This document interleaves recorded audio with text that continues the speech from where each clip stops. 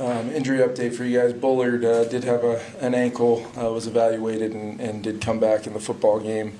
Very unfortunate. Come on the road and you battle a team that's playing well right now. Felt like we let one slip away, but I think you got to credit the Bengals, getting their offense going there in the second half, and just didn't capitalize on our last opportunity offensively there in overtime, needing just a couple inches to get the first down, and they were able to get us stopped. Thought we had a good look at it on third down. Officials spotted it otherwise, so they probably had a better look than I did. And we got to be able to get a little bit more than that in that moment on an inches type situation.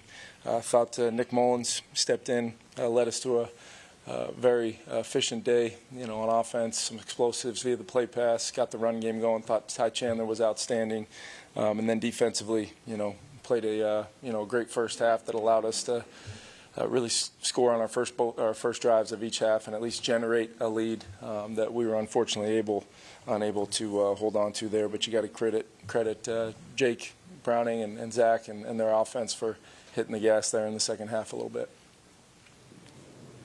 With that spot, can they look at that? I was told they did. I was getting some information from the guys up top. So if they told me they didn't look at it, I was going to take a timeout.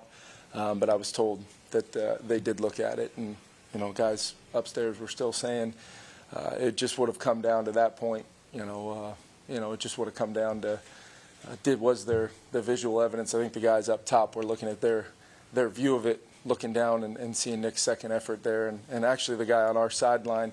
I started calling a 1st and 10 play because I saw him. I was standing right there across the line, but the side judge on the other side must have had him short. Maybe saw his knee go down. Thought process on repeating that play the second time? Yeah, I think anytime you're inside of really the first time inside of a couple feet, and then on the last one, really looking at about 4 or 5 inches there. Don't really want to have to turn around and extend the ball and hand off another ball. I trust our guys in that moment to execute. Wanted to stay in 11 personnel to try to keep them out of goal line defense or anything like that, and thought we could execute just with some interior push right there. But based upon how it was spotted, they got the stop and then transitioned that to an explosive to give himself a chance to win a game. Is that why Brandon was the pusher? Yeah, we were trying to keep them out of, trying to keep them out if we could, out of goal line type of defense.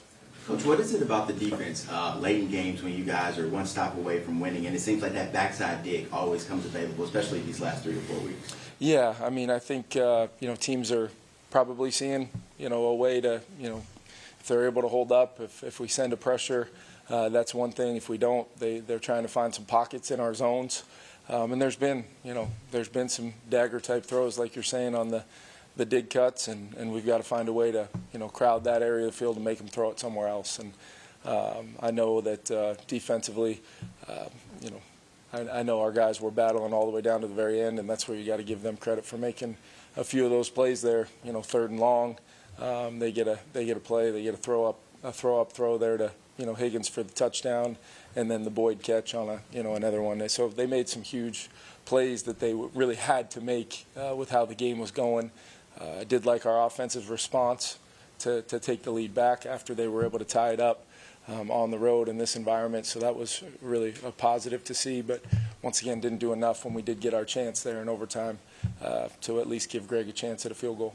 Mullens had the 2 interceptions inside the 25 and the one that was a pick six that was nullified. Yeah. How concerned are you about those plays? Yeah, I think the biggest thing is Nick showed that he can execute our offense and really move the football team. I think what we've got to continue to work through are those plays where we don't try to do too much, and really it's a matter with the first one. He was a little bit of man coverage, got guys running away, hoping to at the very least put it in play for a chance to try to run away, and if not, we're in field goal range. Try to be smart with the football. He wanted to take a chance there to JJ. And just they end up making a play on the football. The second one, really as the pocket collapses there. He's trying to get that ball thrown away. That's just, more repetition and understanding in that moment. We've got a great chance at 3. Even if we do end up taking a sack in that moment, we still have a chance to put points on the board based upon the drive that we had. And then, on the third one that got called back, we've kind of got a play there where, he can either throw it to Ty front side or JJ on the backside. And when he did see the defender kind of immediately cross the line of scrimmage, that kind of forced him to throw one back into the boundary when maybe the look might have presented itself out to the field. All of which is, things that, we're playing, Nick's out there for really the second time this season, and there's a lot to work through. But I thought as far as the, yardage we were able to generate and a couple big plays to help us score, I thought Nick Mullens played well enough to give us a chance to go to overtime on the road and win a game. And as a team, we just didn't do enough in the end. Kevin, you go in assuming Nick starts against the Lions next week? Yeah, I would. We'll evaluate it, Ben. But he did a lot of good things today. I liked the feel of both our run game and pass game, how it was kind of working together. But we'll take a look at it, watch the film, and make a decision moving forward. But Nick Mullens played how I expected him to play. We still need to find a way to protect the football when it's in our hands on all downs, and continue to strive for the execution of the other 10 guys around the quarterback, which I thought for the most part today was pretty solid. Just what stood out about the way he ran the ball? Yeah, we wanted to feature Ty, and it kind of happened that Matty not being able to go enhanced his ops. I think he had every carry but one from the running back position today, and you just see him continuously. Great cut a couple times on some unblocked, crack force corners. Made a great cut on the long run to get us down there for the last touchdown. He's finding it, he's seeing it, he's getting better and better. Had some really nice protection pickups on some of those play passes as well. So huge growth day for him, and I look forward to keep him going and love where Ty Chandler's at right now.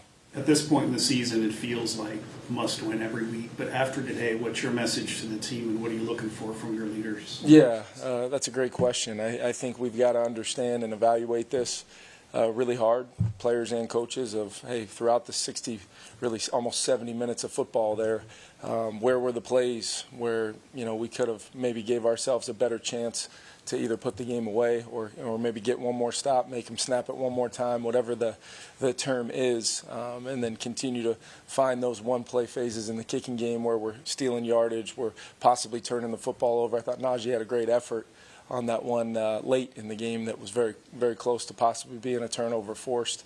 But can we make that one play? And you never know when it's going to come. It's not always going to be in overtime or in a critical fourth quarter drive or defensively a third down stop late in the game. It could be that early first, second quarter, third quarter, where you've got to just the margin of error, trying to overcome some of the things we are right now. By no means is it any sort of an excuse. We've got to go make the plays in all three phases of our team to win these games. Very fortunate to have two of them at home, all three in the NFC North. We know all three teams.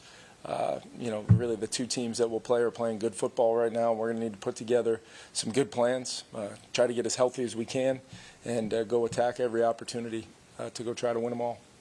Do you feel Jefferson's return opened up things for Addison in this game? Yeah, there was some coverage being dictated to with some doubles and some combo coverages to him, and Jordan took advantage of it.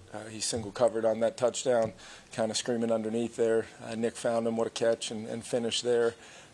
I thought just all across the board, JJ's ability to still win and get down the field, attack coverage when he got his ops. TJ and Jordan really playing off of some of those looks and attacking as well, and then Nick finding those guys. Really, happy with our offensive execution with the run and pass game. Would have liked to, clearly score, a few more points, albeit maybe 3 on a couple of those red zone ops, or potentially find a way to sustain 1 or 2 more drives. Thanks, everyone. Well,